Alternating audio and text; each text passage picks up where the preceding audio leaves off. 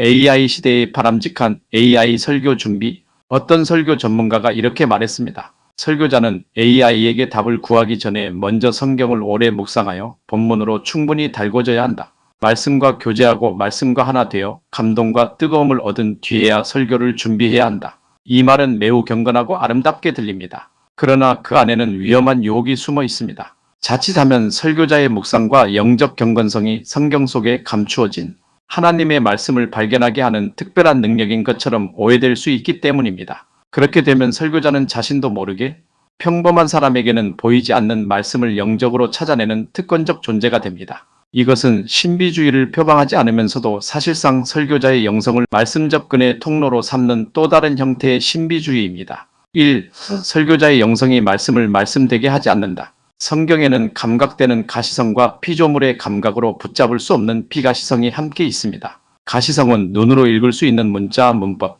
역사적 배경, 문맥, 사건, 인물, 구조와 같이 인간이 인식하고 설명할 수 있는 모든 내용입니다. 언어 연구와 추석, 신학적 분석도 이 영역에서 이루어집니다. 인간의 지식과 이성은 이를 관찰하고 비교하고 정리할 수 있습니다. AI 역시 방대한 자료를 통하여 이 가시적 영역을 매우 빠르고 폭넓게 분석할 수 있습니다. 그러나 비가시성은 본문 뒤에 숨어있는 어떤 비밀 정보나 설교자가 묵상을 통하여 찾아내는 심층적 의미가 아닙니다. 그것은 성경의 문자 안에서 하나님께서 지금도 말씀하시는 살아있는 말씀의 실제입니다. 이 비가시성은 인간의 지성이나 감정, 종교적 열심과 영성으로 도달할 수 있는 대상이 아닙니다. 설교자의 경건이나 기도와 묵상도 여기에 단 1%도 협력할 수 없습니다. 설교자가 충분히 뜨거워진다고 해서 하나님의 말씀이 더 분명해지는 것이 아닙니다. 설교자의 감동이 말씀을 살아있게 만드는 것도 아닙니다. 하나님의 말씀은 설교자가 준비되기 전에 이미 살아있으며 인간의 영적 능력을 빌려 말씀이 되는 것도 아닙니다. 설교자의 영성은 말씀의 근원이나 조건이 아니라 말씀을 들은 피조물이 하나님 앞에서 드리는 응답이어야 합니다. 그러므로 묵상은 비가시적 말씀에 접근하기 위한 영적 기술이 아닙니다. 묵상은 성경 본문을 자세히 읽고 자신의 선입견과 욕망을 점검하며 말씀 앞에 자신을 정직하게 세우는 인간의 책임 있는 응답입니다. 설교자는 말씀을 소유하거나 만들어내는 사람이 아니라 먼저 말씀을 들어야 하는 사람입니다. 2. 성경은 설교자가 영적인 특별한 인간이 되기를 요구하지 않는다. 성경은 설교자가 일반 신자보다 더 신비한 감각을 가진 사람이 되기를 요구하지 않습니다. 하나님께서는 사람이 하나님께서 지으신 피조물로서 하나님의 형상을 따라 정직하게 사고하고 듣고 말하며 응답하기를 원하십니다. 설교자는 자신이 이해하지 못한 것을 이해한 것처럼 말해서는 안 됩니다. 느끼지 못한 감동을 연출해서도 안 되며 성령의 이름으로 자기 생각에 신적 권위를 부여해서도 안 됩니다. 설교자의 뜨거움이나 확신이 그 말의 진실성을 보증하지 않습니다. 설교의 진실성은 설교자의 영적 분위기가 아니라 그가 성경 본문이 말하는 것을 얼마나 정직하게 듣고 설명하며 그 말씀 앞에 응답하는가에 달려 있습니다. 3. AI는 설교 준비에 얼마든지 활용할 수 있다. 설교자는 AI를 두려워할 필요가 없습니다. AI를 통하여 원어, 역사, 문화, 문학적 구조, 성경 전체에 관련 본문, 신학사, 주석의 견해와 다양한 해석 가능성을 조사할 수 있습니다. 이해하기 어려운 개념을 질문하고 논리적 모순을 점검하며 설교의 주제와 흐름을 정리할 수도 있습니다. 예화와 표현을 찾고 청중의 수준에 맞게 내용을 재구성하며 자신이 미처 생각하지 못한 질문을 발견할 수도 있습니다. AI는 설교자의 사고를 대신하는 존재가 아니라 사고를 확장하는 도구입니다. 따라서 가능한 한 충분히 질문하고 비교하고 수정하며 창작에도 도움을 받아야 합니다. AI와의 대화를 통하여 설교자는 새로운 정보를 얻고 자신의 신학적 이해를 검증하며 성장할 수 있습니다. 그러나 AI가 아무리 정교한 답변을 제공해도 성경 안에서 하나님께서 말씀하시는 비가시적 실제에 접근할 수는 없습니다. 이것은 AI만의 한계가 아니라 모든 피조물의 한계입니다. 인간의 영적 능력도 이 한계를 넘어설 수 없습니다. 하나님의 말씀은 인간이나 기계가 분석하여 소유할 수 있는 대상이 아닙니다. 성령께서 성경의 말씀을 통하여 증언하시고 그 말씀을 들은 인간이 피조물의 자리에서 응답할 뿐입니다. 4. AI의 기본 언어 구조를 그대로 받아들여서는 안 된다. 현재 AI가 학습한 지식의 상당 부분은 헬라적 개념화, 라틴 신학의 법정적 언어, 스콜라주의의 정의와 분류, 그리고 아리스토텔레스적 인과 논리의 영향을 받은 자료로 구성되어 있습니다. 심지어 인간의 삶과 감정을 설명하는 예화에도 영혼과 육체, 내면과 외면, 이론과 실천을 분리하는 이원론적 구조가 깊이 스며 있습니다. 따라서 아무런 지침 없이 AI에게 설교문을 요구하면 AI는 대체로 본문을 하나의 주제로 추상화하고 그 주제를 교리적 명제로 정의한 후 설명과 예화와 적용을 덧붙이는 방식으로 설교문을 작성합니다. 형식은 매끄럽지만 성경에 살아있는 관계 구조가 정의 개념 교훈의 체계로 축소될 위험이 큽니다. 그러므로 AI가 작성한 설교문은 모두 비성경적이다라는 말은 AI가 사용하는 모든 정보가 거짓이라는 뜻이 아닙니다. 그것은 AI가 기본적으로 생성하는 언어 구조와 사고방식이 성경의 세계를 자동으로 보존하지 못한다는 뜻입니다. AI는 본문을 말씀의 사건으로 듣기보다 분석 가능한 정보로 처리하기 때문입니다. 5. 먼저 자신의 신학적 지침을 AI에게 제공해야 한다.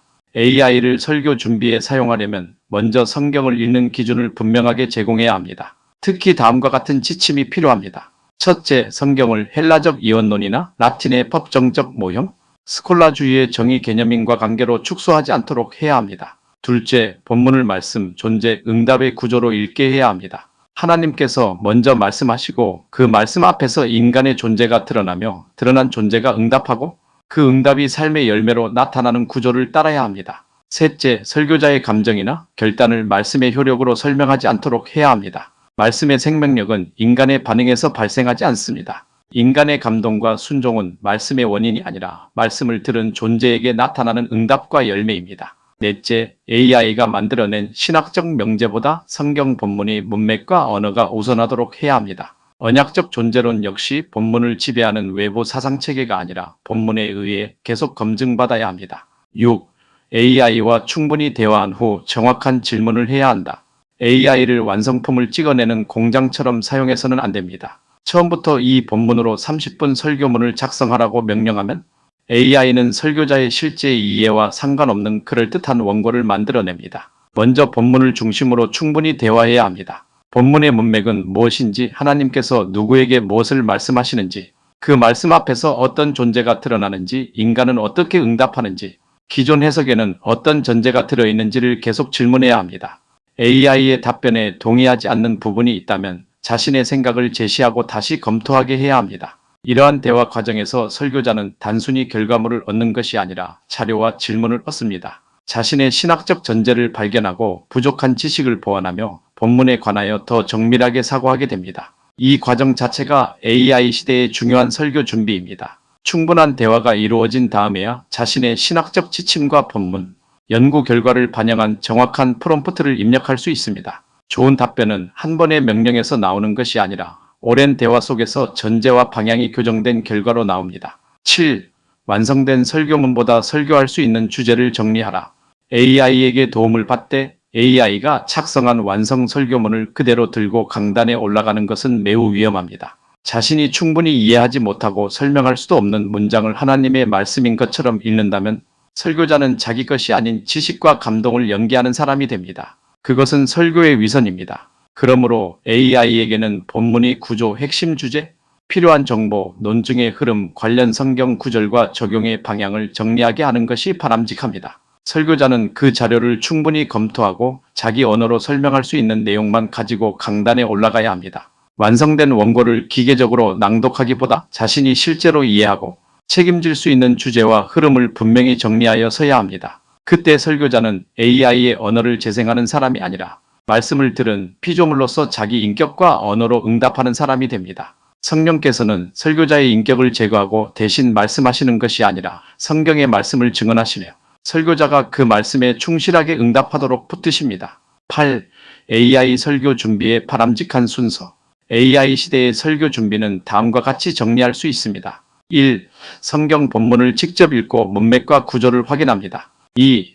자신의 신학적 지침을 AI에게 명확히 제공합니다. 3. 헬라적, 라틴적, 스콜라적 전제가 개입되었는지 점검합니다. 4. AI와 본문에 관하여 충분히 질문하고 토론합니다. 5. 원어 역사문화 주석 신학사 자료를 폭넓게 얻습니다. 6. AI의 답변을 성경 본문으로 다시 검증합니다. 7. 자신이 이해하고 설명할 수 있는 내용만 선별합니다. 8. 완성 설교문보다 주제구조 핵심 문장 본문 근거를 정리합니다. 9. 강단에서는 타인의 언어나 AI의 문장을 연기하지 않고 자기 언어로 증언합니다. 10. 설교의 결과를 자신의 능력이나 AI의 기술에 돌리지 않고 말씀을 증언하시는 성령의 주권에 맡깁니다. 결론: AI를 두려워하지 말고 말씀과 혼동하지 말라. AI를 두려워하게 만드는 말에 휘둘릴 필요는 없습니다. AI는 설교자를 타락시키는 절대적 위험도 아니며 설교를 완성해주는 영적 대체자도 아닙니다. AI는 인간이 축적한 가시적 지식을 빠르게 정리하고 설교자의 질문과 사고를 확장하며 신학적 성장을 도울 수 있는 강력한 도구입니다. 그러므로 AI를 충분히 사용하십시오. 많이 질문하고 비교하고 수정하고 필요한 만큼 창작의 도움도 받으십시오. 그러나 AI가 하나님의 말씀에 도달한다고 생각해서는 안 됩니다. 동시에 설교자의 묵상과 영성이 그 말씀에 도달할 수 있다고 생각해서도 안 됩니다. AI도 피조물의 도구이며 설교자도 피조물입니다. 누구도 하나님의 말씀을 소유하거나 말씀되게 할 수 없습니다. 설교자가 해야 할 일은 자신이 말씀을 만들어내는 특별한 영적 존재가 되는 것이 아니라 성경을 정직하게 읽고 충분히 연구하며 자신이 이해한 것을 자기 언어로 책임 있게 말하고 말씀 앞에서 먼저 응답하는 것입니다. AI 시대의 바람직한 설교자는 AI를 거부하는 설교자도 AI의 원고를 대신 읽는 설교자도 아닙니다. AI를 자유롭게 사용하되 그것의 사상적 전제를 분별하고 성경의 말씀 존재 응답 구조로 모든 자료를 검증하며 강단에서는 자신이 실제로 듣고 이해하고 설명할 수 있는 것만 증언하는 설교자입니다.